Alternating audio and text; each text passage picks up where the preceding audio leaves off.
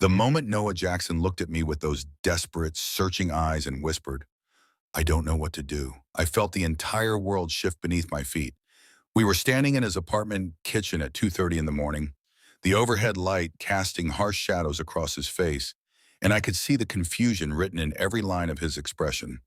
His boyfriend of 3 years had just walked out the door, taking his keys and his dignity with him, and Noah was looking at me like I held all the answers to questions he didn't even know how to ask.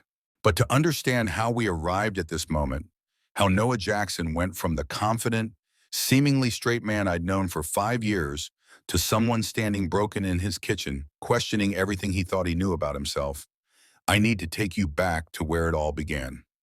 It was a Thursday evening in late September when I first realized that my feelings for my best friend had crossed a line I could never uncross.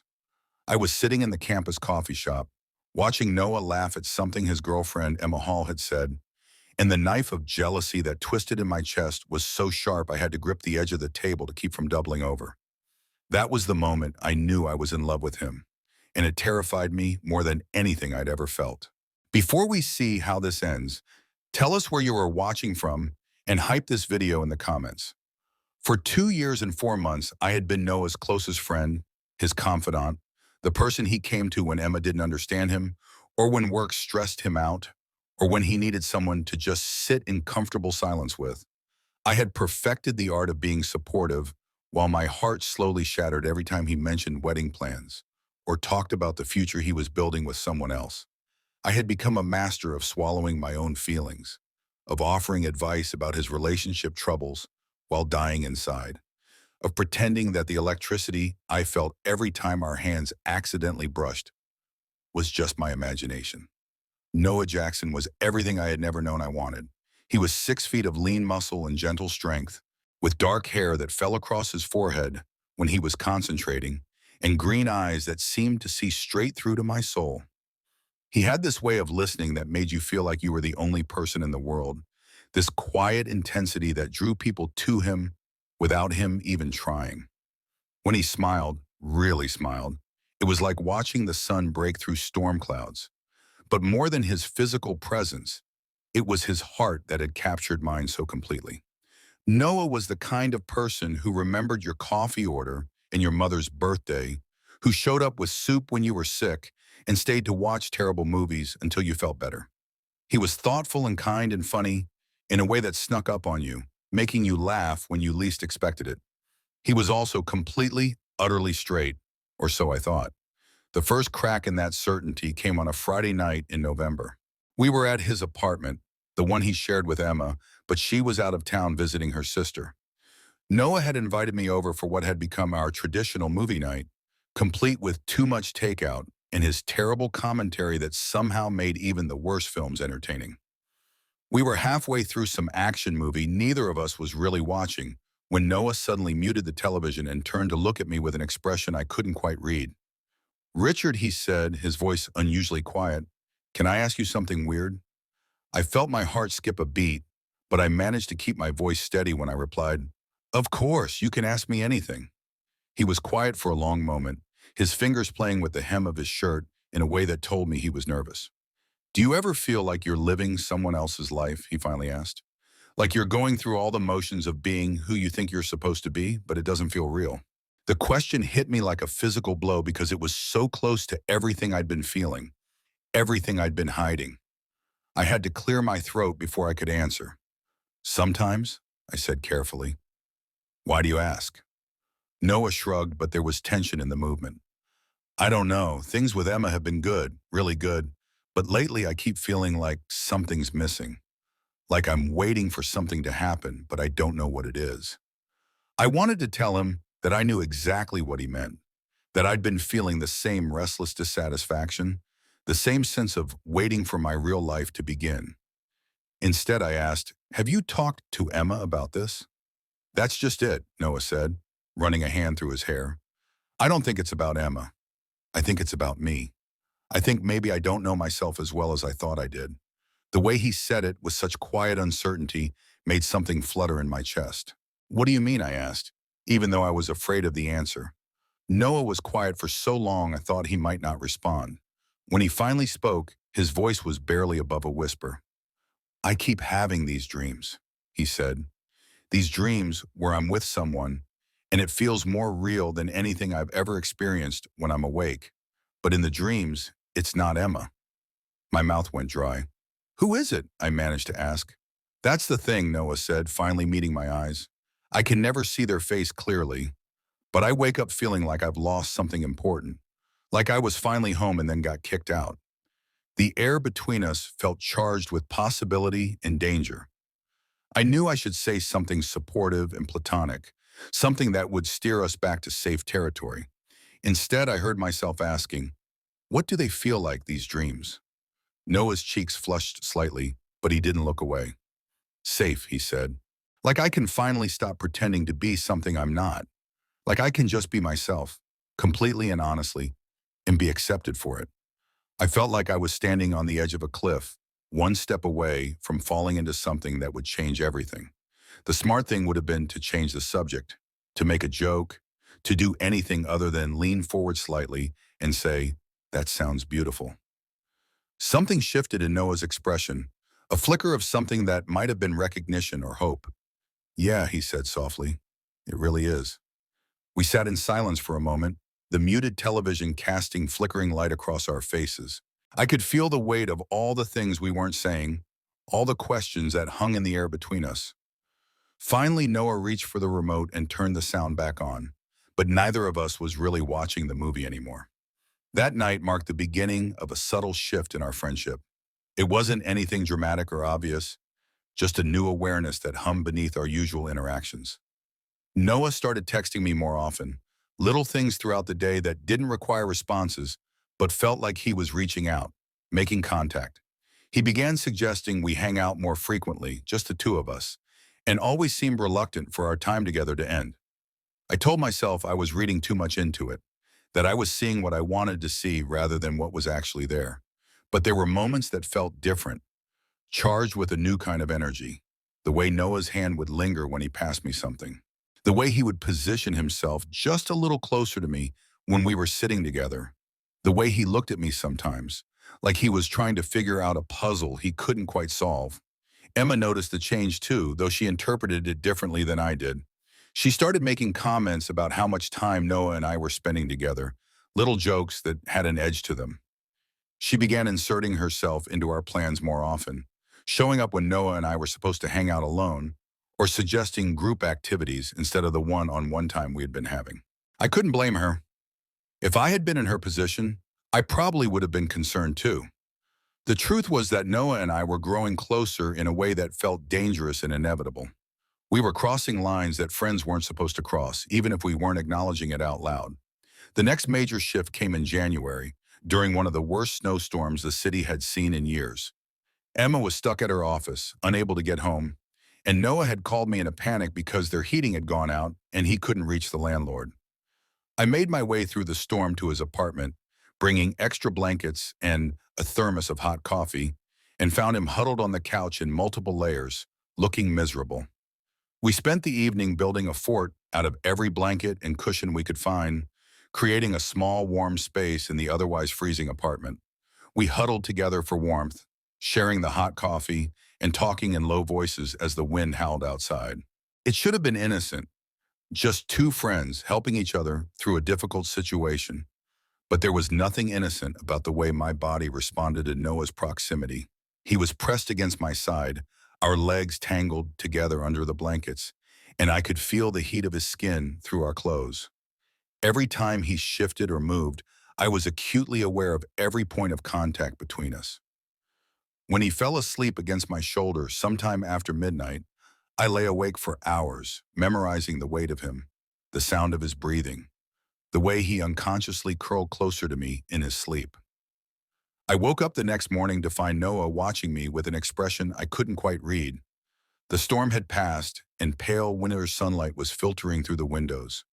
We were still tangled together under the blankets, closer than we had ever been before, and for a moment neither of us moved. "Good morning," Noah said softly, his voice rough with sleep. "Morning," I replied, suddenly aware of how intimate this felt, waking up in his arms. Noah didn't pull away immediately. Instead, he seemed to study my face, his green eyes searching for something. "Thank you," he said finally, "for coming over, for staying. I don't know what I would have done without you." There was something in his tone, a warmth and gratitude that felt like more than just appreciation for a friend's help. "You don't have to thank me," I said. "I'll always be here for you." "I know," Noah said, and the way he said it with such quiet certainty made my heart race. "That's what makes you so special, Richard. You're always there no matter what." The moment stretched between us, filled with possibility and tension.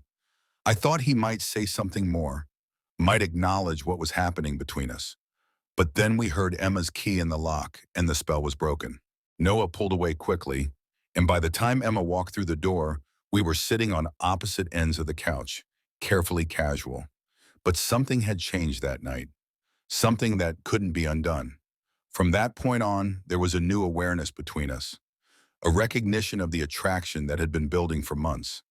We didn't talk about it directly, but it was there in Emery, every interaction, every glance, every accidental touch.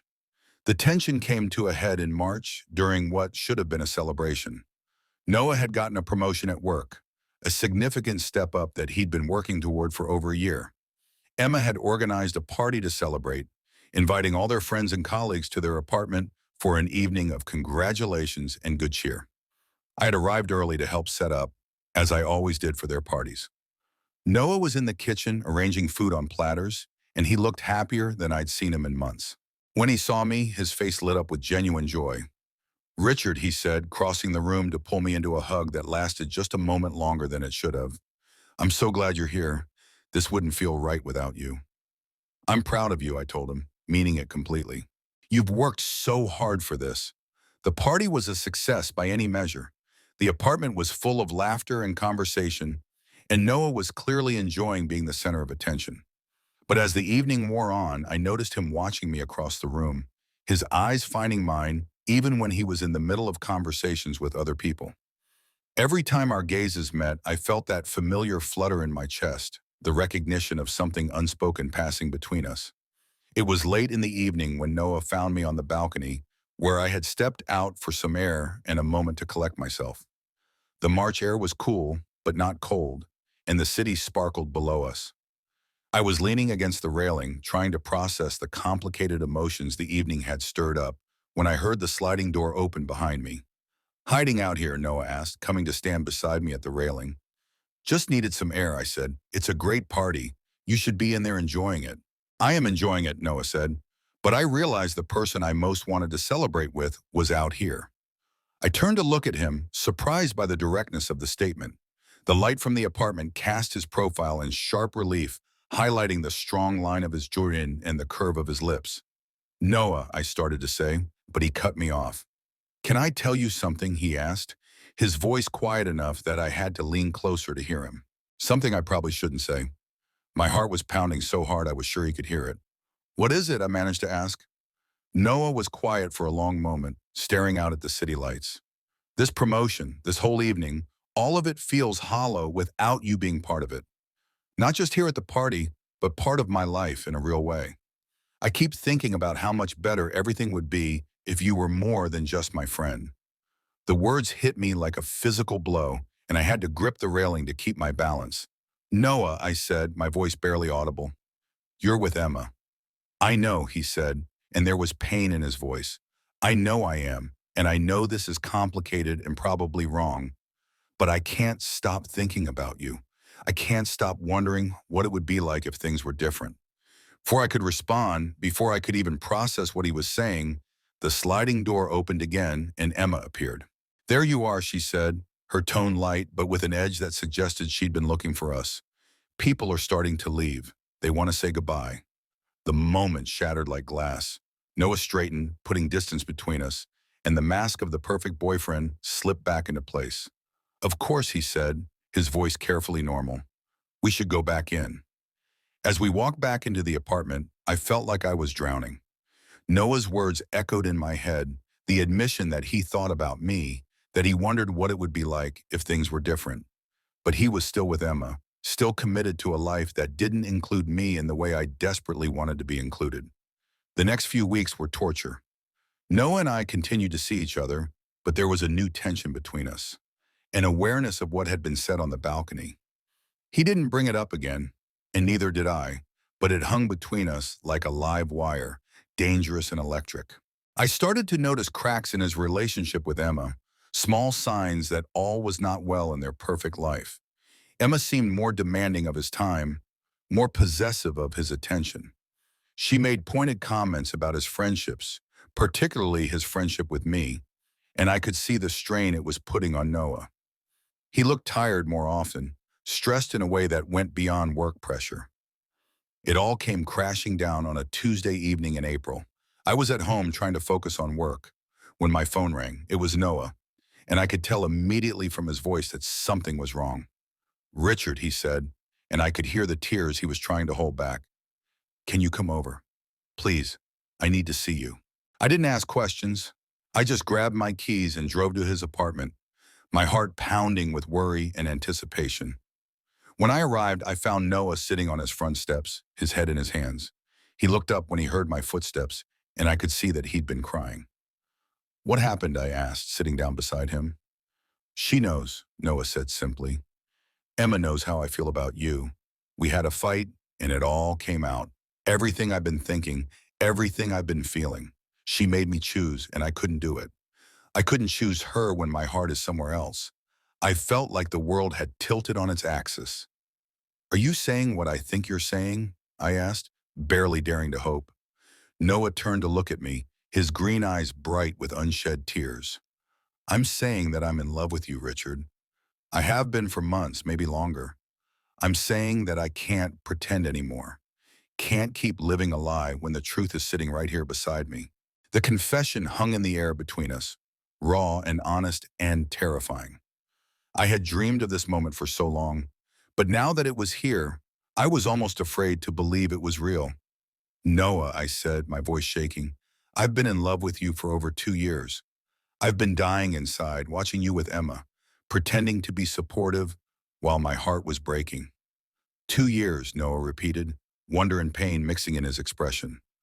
God, Richard, how did we waste so much time? Before I could answer, he was reaching for me, his hands cupping my face with a gentleness that made my breath catch. "Can I kiss you?" he asked, his voice barely a whisper. "I've been wanting to for so long." I couldn't speak, could only nod, and then his lips were on mine and the world exploded into sensation. The kiss was everything I had imagined and more. Soft and desperate and perfect. Noah kissed me like he was drowning and I was air, like he had been waiting his whole life for this moment. When we finally broke apart, we were both breathing hard, our foreheads pressed together. "Wow," Noah whispered, his thumb brushing across my cheekbone. "I had no idea it could feel like that." "Like what?" I asked, even though I knew exactly what he meant. "Like coming home," Noah said. "Like everything finally makes sense." We sat there on his front steps, holding each other as the sun set around us, and talked about everything. About the dreams he'd been having, about the way I'd been hiding my feelings, about the fear and hope and confusion that had brought us to this moment. Noah told me about the growing dissatisfaction he'd felt in his relationship with Emma, how he'd been comparing every kiss, every touch, every moment of intimacy to something he couldn't name but now realized was me. I told him about the years of loving him in secret, about the careful walls I'd built around my heart to protect our friendship, about the way I'd convinced myself that being close to him as a friend was enough when it had never been enough at all. As we talked, the pieces of our relationship fell into place in a new pattern. All those moments of connection, all those times when the air between us had felt charged with possibility, all the ways we'd been drawn to each other despite the obstacles, it all made sense now. But even as we reveled in the joy of finally being honest with each other, we both knew that this was just the beginning. Noah had ended his relationship with Emma, but there would be consequences to that decision. Friends would take sides, questions would be asked, and Noah would have to navigate the complex process of coming out, of redefining his understanding of his own sexuality. "I don't know what this makes me," Noah said as we sat in his apartment later that evening, his head resting on my shoulder. "I've never been attracted to men before, never even considered it. But with you, it feels so natural, so right. You don't have to have all the answers right now, I told him, running my fingers through his hair. We can figure it out together one day at a time. The weeks that followed were a whirlwind of discovery and adjustment.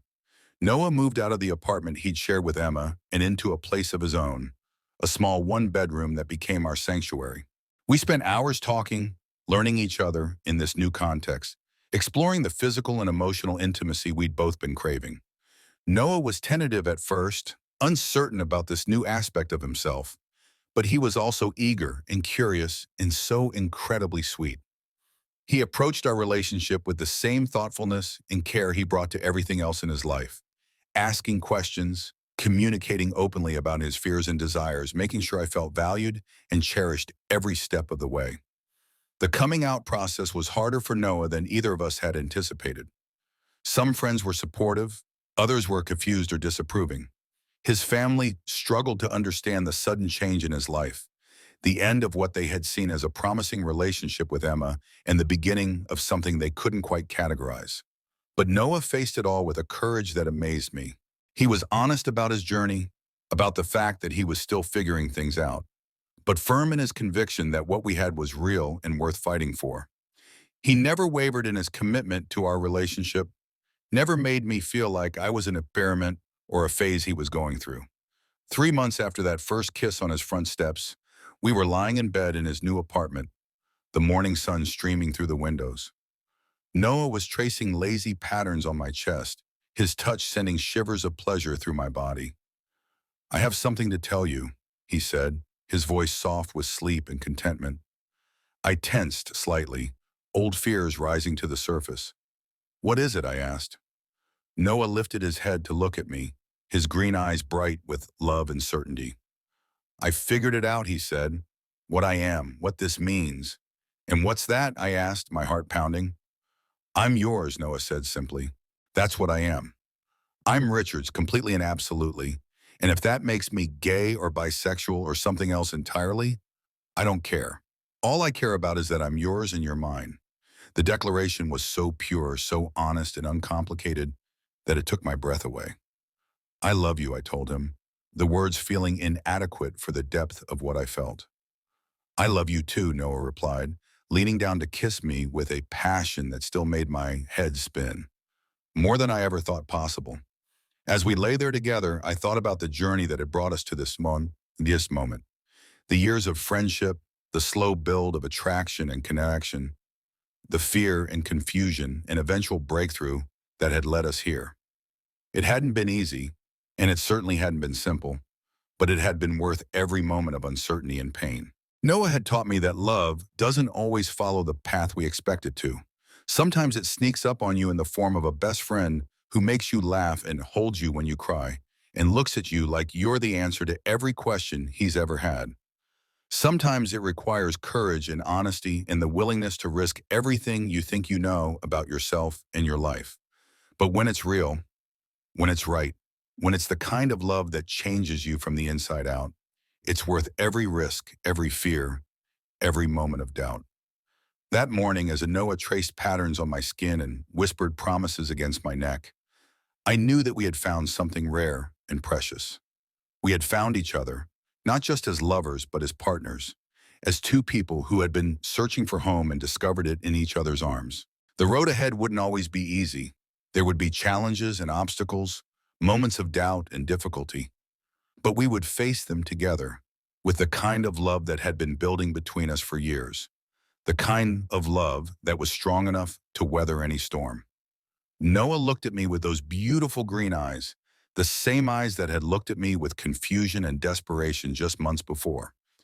And now they were filled with nothing but love and certainty. "This is it, isn't it?" he said. "This is what I've been searching for my whole life." "Yes," I told him, pulling him closer. "This is it." And as he kissed me again, soft and sweet and full of promise, I knew that we were both exactly where we needed to be. The confusion was gone, replaced by clarity and love, and the absolute certainty that we had found our way home. But our story was far from over. In fact, in many ways, it was just beginning. The months that followed brought newest challenges and new joys, as Noah continued to navigate his evolving understanding of his sexuality and I learned to trust in the reality of his love for me. There were difficult conversations with family members who struggled to understand Noah's journey. There were friends who couldn't accept the change in our relationship, who saw our love as a betrayal of the friendship we'd once shared. There were moments of doubt and insecurity, times when the outside pressure felt overwhelming. But there were also moments of pure joy and discovery. The first time Noah confidently introduced me as his boyfriend to a new acquaintance. The night he called his sister and told her about us, and she responded with nothing but love and support. The morning he woke up and told me he'd stopped questioning what he was and started simply embracing who he was with me. One of the most significant moments came 6 months into our relationship. When Noah suggested we attend a local Pride event together, I had been going to Pride for years, but for Noah, it would be his first time attending as an openly queer person. "I'm nervous," he admitted as we got ready that morning. "What if I don't belong there? What if people can tell I'm new to this?" "You belong anywhere you want to belong," I told him, straightening his shirt and looking into his eyes. "And you're not new to this, Noah. You're new to being open about it, but you've been you your whole life." The day was transformative for both of us.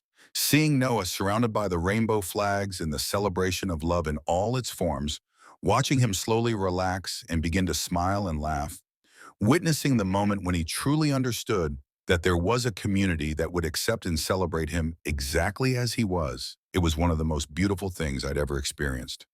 That evening, as we walked home hand in hand, Noah stopped suddenly in the middle of the sidewalk and turned to face me. "Thank you," he said, his voice thick with emotion. "For what?" I asked. "For being patient with me, for loving me through all the confusion and fear, for showing me that it's okay to be exactly who I am, for being the answer I didn't even know I was looking for." I reached up to cup his face in my hands, this man who had turned my world upside down and then rebuilt it into something more beautiful than I'd ever imagined. "You don't have to thank me for loving you, Noah. It's the easiest thing I've ever done." He kissed me there on the sidewalk with people walking past and car horns honking in the distance, and I felt that same electricity, that same sense of rightness that I'd felt the very first time our lips met. As our first year together progressed, we settled into a rhythm that felt natural and sustainable. Noah's initial uncertainty about his sexuality that evolved into a quiet confidence about who he was and what he wanted. He stopped worrying about labels and started focusing on the reality of our relationship, on the day-to-day joy of building a life with someone who truly understood and appreciated him. We moved in together after 8 months, combining our belongings and our lives in Noah's apartment. It was a small space, but it felt like a palace when it was filled with our shared laughter, our quiet conversations, our growing collection of inside jokes and shared memories. Noah turned out to be an incredibly thoughtful partner. He remembered the little things that mattered to me, surprised me with my favorite coffee when I was having a bad day, left sweet notes in my work bag for me to find. He was also surprisingly domestic, taking pleasure in cooking meals for us, in creating a warm and welcoming home space. But perhaps most importantly, he was my best friend. The foundation of friendship that had sustained us for years before we became lovers continued to be the bedrock of our romantic relationship. We could talk for hours about anything and everything, comfortable in the kind of intimacy that comes from truly knowing and accepting another person. One evening in late fall, almost a year after that first kiss, we were curled up on our couch watching a movie when Noah suddenly muted the television. I looked at him questioningly, and he turned to face me with an expression that was both serious and tender. "I need to tell you something," he said, and for a moment my heart skipped with old fears. But then I saw the love in his eyes and relaxed. "What is it?" I asked, settling more comfortably against his side.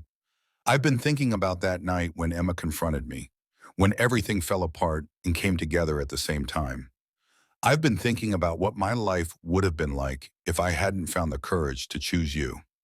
I waited, sensing that he had more to say. "I would have been miserable," Noah continued. "I would have spent my whole life feeling like something was missing, like I was playing a role that didn't fit. I would have married Emma and had the life everyone expected me to have, and I would have been empty inside." "Noah," I said softly, but he shook his head. "Let me finish," he said. "I need you to understand how grateful I am, not just for your love, but for your patience. You loved me for years while I figured myself out. You waited for me to catch up to what you already knew. You never pressured me or made me feel guilty for the time it took me to understand my own heart. You were worth waiting for, I told him, meaning it completely. But that's just it, Noah said, his eyes bright with unshed tears. I don't think I was worth waiting for. I think you deserve better than years of hiding your feelings, years of watching me with someone else. But I'm so incredibly grateful that you did wait, that you loved me enough to give me the time I needed. I reached up to brush away a tear that had escaped down his cheek. I would wait a lifetime for you, Noah. In any universe, in any circumstances, I would choose you. He kissed me then, soft and sweet, and full of the kind of love that had sustained us through uncertainty and would continue to sustain us through whatever came next. That winter brought new challenges and new growth.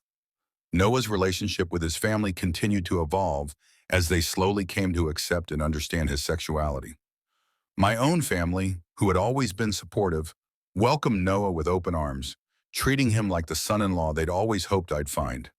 We spent Christmas with my parents, and I watched Noah charm my mother with his thoughtfulness and make my father laugh with his dry sense of humor.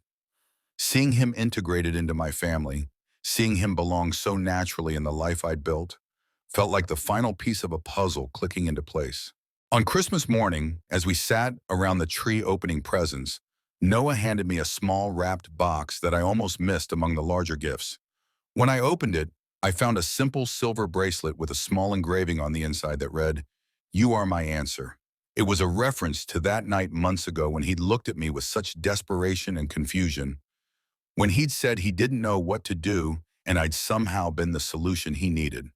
But it was also more than that. It was an acknowledgement of all the ways we'd been each other's answers, each other's homes, each other's safe harbors in the storms of life. I put the bracelet on immediately and haven't taken it off since. It serves as a daily reminder of the journey we've taken together, of the love that grew from friendship and uncertainty into something unshakable and true. Spring brought talk of the future, conversations about the life we wanted to build together. Noah had been promoted again at work and was considering a job offer from a company in another city. We spent long evenings discussing the pros and cons, weighing opportunities against the life we'd built where we were. "What do you want to do?" I asked him one evening as we walked through the park near our apartment. "I want to be wherever you are," Noah said without hesitation. "Everything else is just details." We decided to stay where we were, in the city where we'd found each other, where our love story had unfolded. It felt right to build our future in the place where we'd discovered who we truly were together. That summer, we took our first vacation as a couple, a week at a cabin by a lake, where we could simply be ourselves without the pressures and expectations of the outside world. We spent our days swimming and hiking, reading books in the sunshine, cooking meals together in the small kitchen, but mostly we talked. We shared dreams and fears, memories from our childhoods, hopes for the future. We talked about the possibility of marriage, of children, of growing old together. We talked about the ways we'd changed each other, the ways we'd grown since that first tentative conversation about dreams and feeling like we were living someone else's life. "You saved me," Noah said one evening as we sat on the dock watching the sunset paint the sky in shades of pink and gold. "We saved each other," I corrected, taking his hand in mine. The vacation was perfect in its simplicity, a reminder of why we'd fallen in love in the first place. Away from the distractions and complications of daily life, we could focus on what mattered most, the connection that had brought us together and continued to sustain us. When we returned home, we both felt renewed and recommitted to our relationship. We started talking more seriously about the future, about the practical steps we wanted to take to build the life we both envisioned. The conversation about marriage came up naturally one evening in late summer. We were cooking dinner together, moving around each other in the small kitchen with the kind of choreographed ease that comes from months of shared domestic life. "Do you think about it?" Noah asked suddenly, not looking up from the vegetables he was chopping. "Getting married, I mean." "Every day," I admitted, stirring the sauce on the stove. "Do you?" "All the time," Noah said, finally meeting my eyes. "I think about what it would feel like to call you my husband, to have that official recognition of what we already know to be true." "And what's that?" I asked, even though I knew the answer. "That we're family," Noah said simply. that we're partners in every sense of the word, that we're committed to building a life together no matter what challenges come our way. The conversation continued over dinner and late into the night. We talked about what kind of wedding we might want, about the legal and practical benefits of marriage, about the symbolic importance of making our commitment official and public. But mostly we talked about the kind of love we'd found together, the kind that had surprised us both with its depth and intensity, about the way we'd grown and changed because of each other, the way we'd become better versions of ourselves through the process of learning to love and be loved completely. It was Noah who brought up the idea of proposing, who suggested that maybe it was time to take that next step. We'd been together for over a year, had weathered the storms of his coming out process and the adjustment period that followed. We'd proven to ourselves and to each other that what we had was real and lasting. "I want to marry you, Richard," Noah said as we lay in bed that night, his voice soft in the darkness. "I want to spend the rest of my life loving you, supporting you, being your partner in everything." "I want that too," I whispered back, my heart full to bursting with love and joy and gratitude. The proposal, when it came, was perfectly Noah. He didn't wait for a special occasion or plan an elaborate gesture. Instead, he proposed on a random Tuesday morning as we were getting ready for work, both of us rushing around the apartment in our usual morning chaos. I was in the bathroom brushing my teeth when Noah appeared in the doorway, already dressed for work, but holding a small velvet box in his hands. He waited until I'd finished brushing my teeth and turned to face him, confusion evident on my face. "Richard," he said, his voice steady despite the nervousness I could see in his eyes. "I know this isn't the most romantic setting, and I know we're both going to be late for work, but I can't wait another day to ask you this." He dropped to one knee right there in our small bathroom, opening the box to reveal a simple, elegant ring that took my breath away. "Will you marry me?" he asked.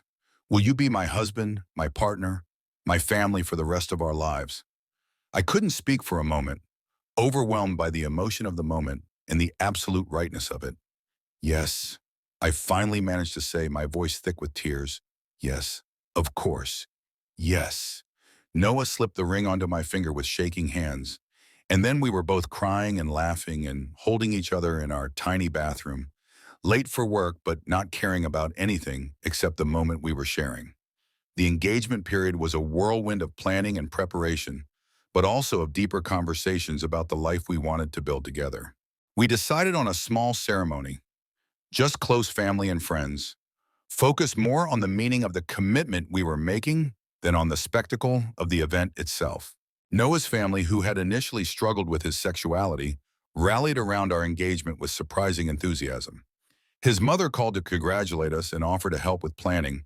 His father sent a heartfelt email expressing his happiness for us, and his sister immediately claimed the role of wedding planner.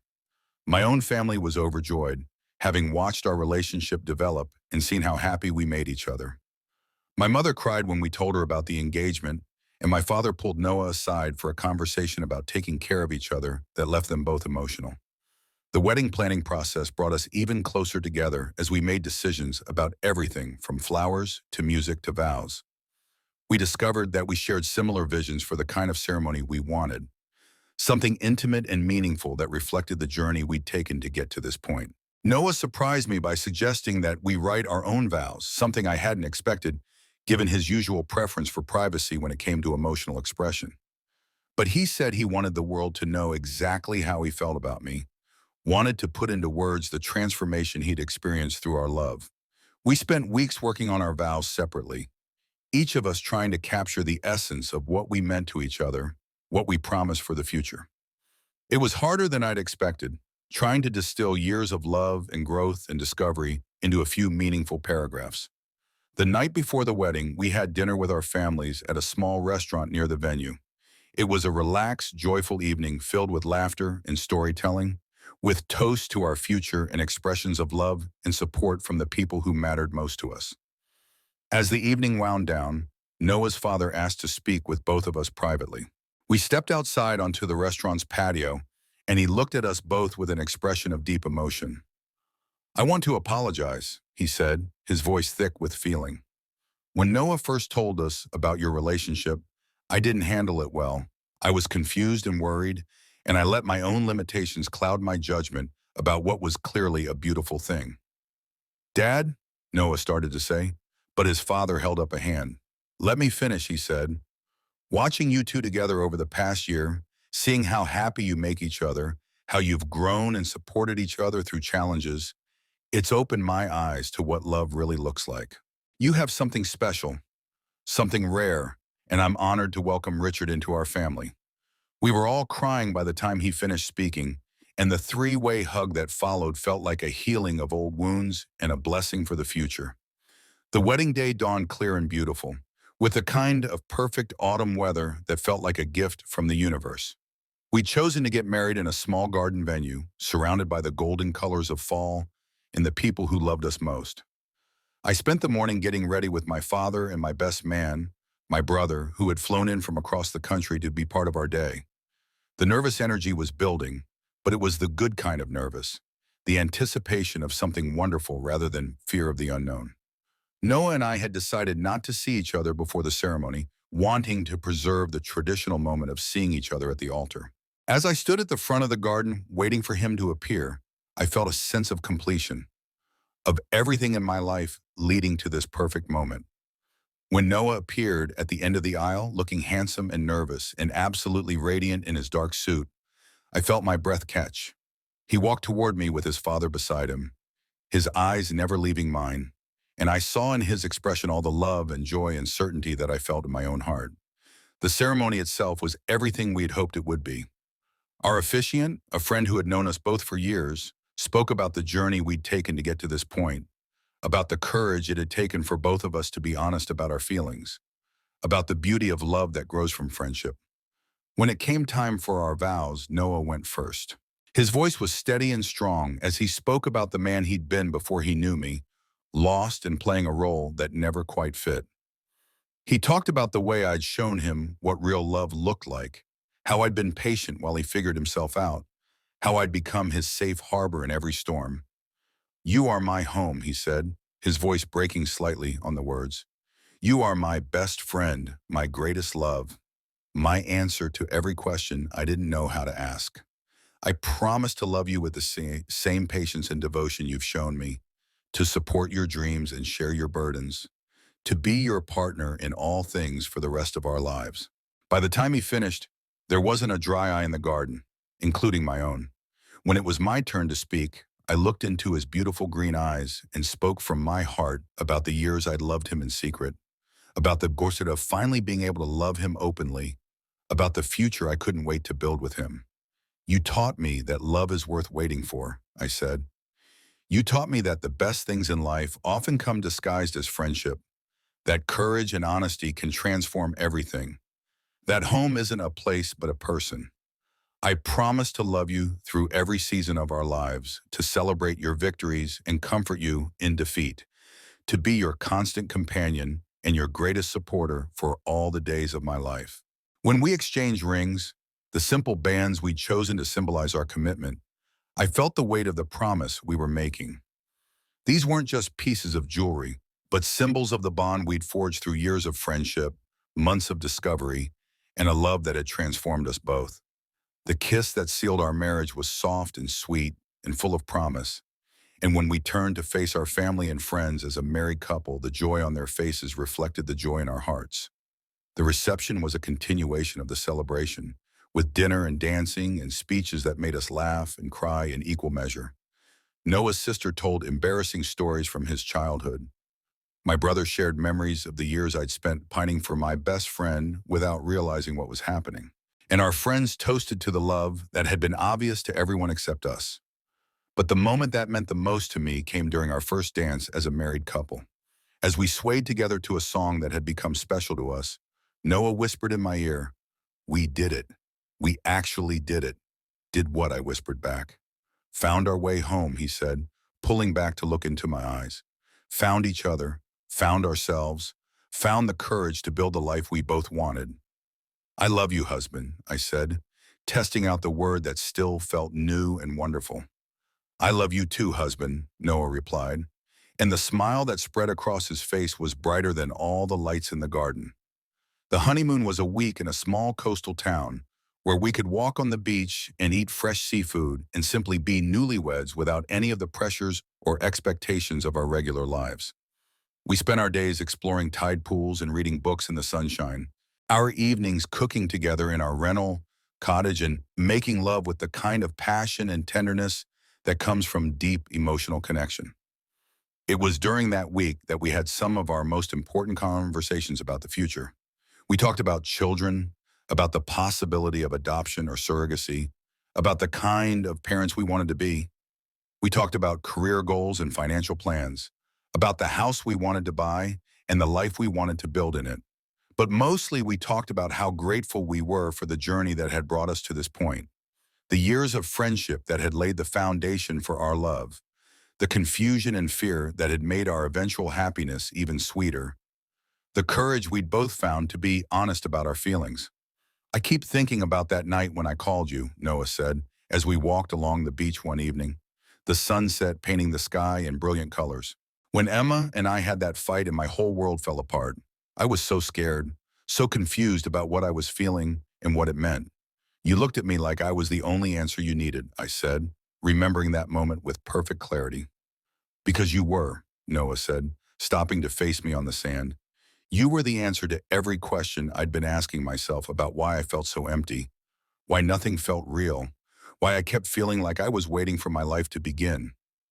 You were always the answer, Richard. I just needed to find the courage to see it. We made love that night with a passion and intensity that left us both breathless.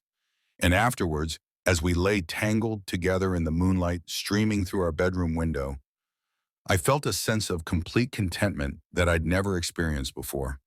This is it, I thought. This is what happiness feels like. Not just the momentary joy of a good day or a pleasant surprise, but the deep, abiding satisfaction of being exactly where you belong with exactly the right person. When we returned from our honeymoon, we threw ourselves into the process of building our married life together. We started looking at houses, wanting more space to grow into as a couple, and eventually as a family. We combined our finances and our future plans, making decisions as a team in a way that felt natural and right. Noah continued to grow in confidence about his identity and our relationship. He became more open about our marriage at work, introducing me at company events, and talking about our life together with the kind of casual pride that showed how comfortable he'd become with who he was. The first year of marriage brought its own challenges and adjustments as we learned to navigate the difference between being boyfriends and being husbands. There were small conflicts and misunderstandings, moments when we had to work through different expectations or communication styles. But there were also countless moments of joy and discovery. The first time someone referred to us as the Jackson family, the way Noah's face lit up when he talked about our future children, the quiet satisfaction of building a home together, of creating traditions and routines that were uniquely ours. One evening in late spring, almost 2 years after that first desperate phone call that had changed everything, we were working in our garden behind the house we'd finally bought. It was a small place, but it was ours, with room to grow and space for the family we were planning to start. Noah was planting tomatoes while I worked on the flower beds, and we were talking about plans for a summer vacation when he suddenly stopped what he was doing and looked at me with an expression of wonder. "What is it?" I asked, setting down my trowel. "I was just thinking about how different my life is now," he said. 2 years ago, I was engaged to Emma and convinced I knew exactly what my future looked like. I thought I was happy, but I had no idea what happiness actually felt like. "And now," I prompted, even though I could see the answer in his eyes. "Now I wake up every morning grateful for the courage we both found to be honest about our feelings. I wake up next to the person I love most in the world, in a house we chose together, planning a future that excites me instead of feeling like an obligation." He stood up and crossed the small space between us, pulling me into his arms despite the dirt on our hands and clothes. "I love our life, Richard," he said.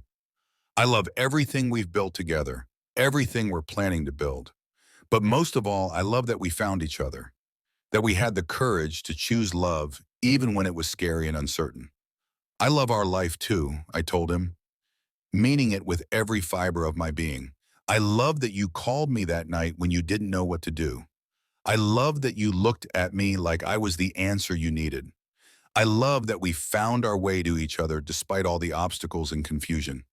We kissed there in our garden, surrounded by the plants we were nurturing together, and I felt the same electricity, the same sense of rightness that had characterized our relationship from the very beginning. But now it was seasoned with the security of marriage, the confidence of two people who had chosen each other fully and completely. That summer, we started the process of trying to adopt a child. It was a long and sometimes difficult journey, filled with paperwork and interviews and waiting, but we approached it as we approached everything else in our marriage, as a team united in our goals and committed to supporting each other through whatever came. The social worker who conducted our home study commented on the obvious love and stability in our relationship, on the way we communicated with each other and made decisions together. She said it was clear that we would provide a loving, secure home for any child who came into our care. While we waited for news about adoption, we continued to build our life together. Noah was promoted to a senior position at his company, and I started my own consulting business, something I'd been dreaming about for years, but had never had the confidence to pursue until Noah encouraged me to take the leap.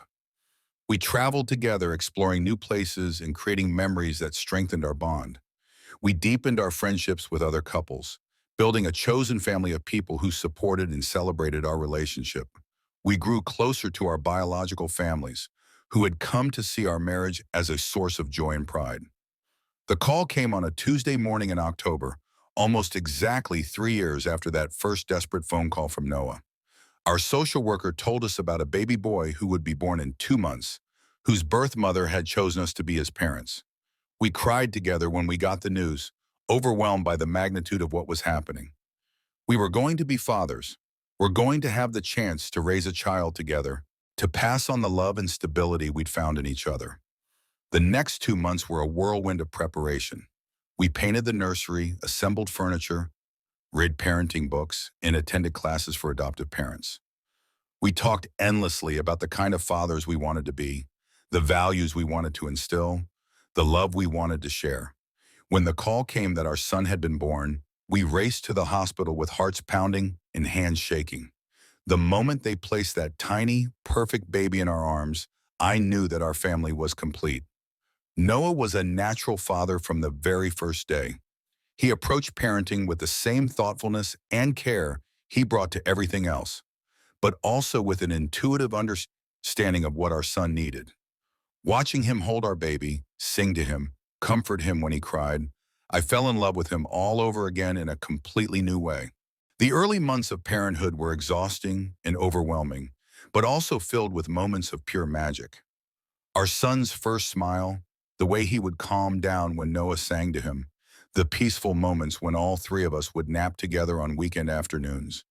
As our son grew, so did our confidence as parents and our appreciation for the family we'd created. We marveled at his personality as it emerged, at the way he seemed to inherit the best qualities from both of us despite not being biologically related. He had Noah's curiosity and my stubborn determination, Noah's gentle nature and my sense of humor.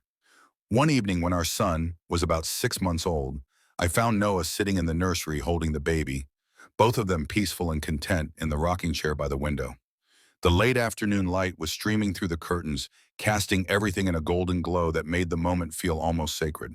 I stood in the doorway watching them, overwhelmed by the beauty of the scene and the gratitude I felt for the life we'd built together. This was everything I'd ever wanted but had never dared to hope for. A husband who loved me completely, a child to raise together, a home filled with laughter and love, and the kind of contentment that comes from being exactly where you belong.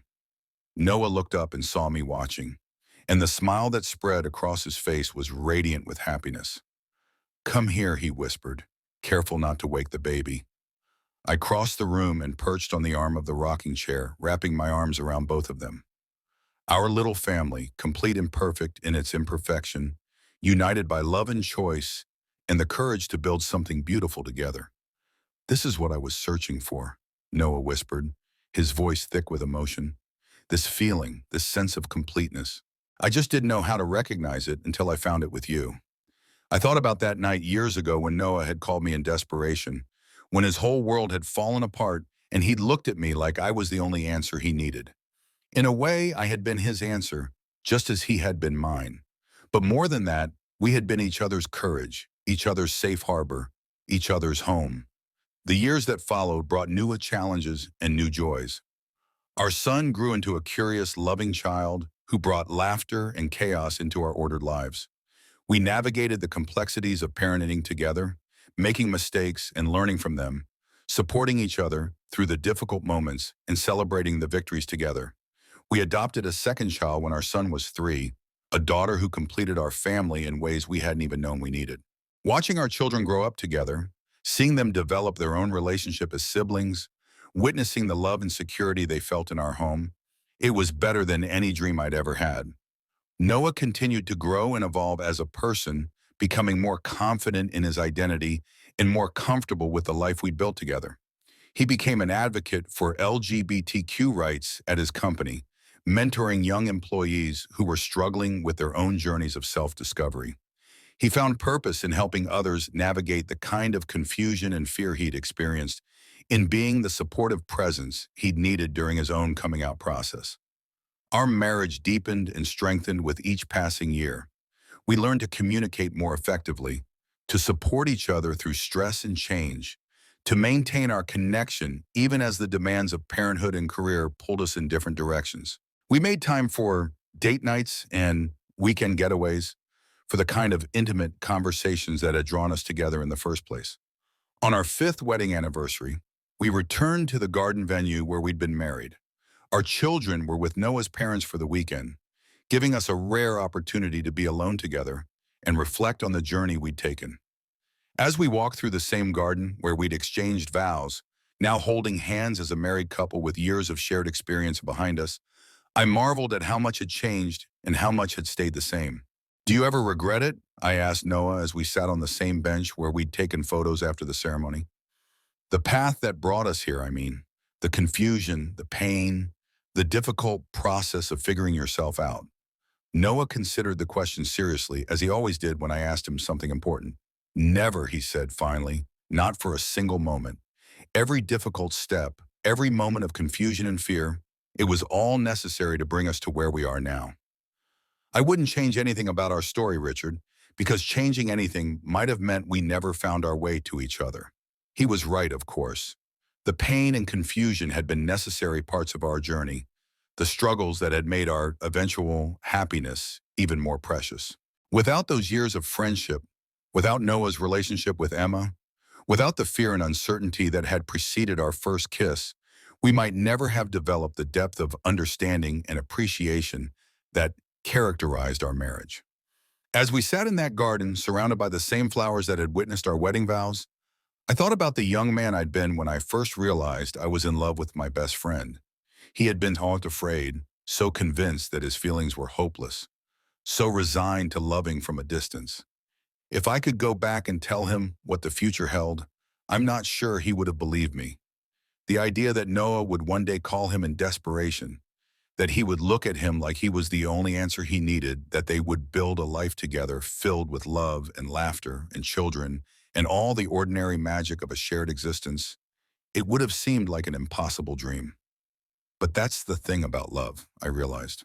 It has a way of surprising you, of showing up in forms you never expected, of transforming not just your circumstances, but your very understanding of what's possible. Noah and I had found each other not despite our confusion and fear, but because of the courage we'd found to be honest about our feelings, to risk everything for the possibility of something beautiful. As the sun set over the garden, where we'd promised to love each other for the rest of our lives, Noah turned to me with the same green eyes that had looked at me with such desperation years ago, now filled with nothing but love and certainty and gratitude. "Thank you," he said simply, "for what I asked, though I thought I knew the answer, for being patient with me, for loving me through all the confusion, for being exactly what I needed even when I didn't know what I needed, for being my answer, my home, my family." I leaned over and kissed him, tasting the salt of happy tears on his lips, feeling the same electricity that had characterized our relationship from the very beginning, but now deepened by years of shared experience and unconditional love. "You were my answer too," I told him. "You were always my answer, Noah. I just had to wait for you to ask the right question." As we drove home to our children and our life together, I reflected on the beautiful unpredictability of love, the way it can transform everything when you least expect it. Noah had started as my best friend, had become the love of my life, and was now my husband, my co-parent, my partner in all things. Sometimes the most beautiful love stories are the ones that catch you completely off guard, the ones that grow from friendship and confusion into something unshakable and true. Sometimes the person you're meant to love is standing right beside you, and all it takes is the courage to be honest about your feelings and the patience to let love unfold in its own time. That night, as we tucked our children into bed and settled into our own comfortable routines, I felt the deep satisfaction of a life well lived, of choices made with courage and love, of a future bright with possibility. Noah looked at me across our bedroom, this man who had once been lost and confused and was now so beautifully, completely himself, and I knew that we were both exactly where we needed to be. We had found our way home to each other, and it was more beautiful than either of us had ever dared to imagine.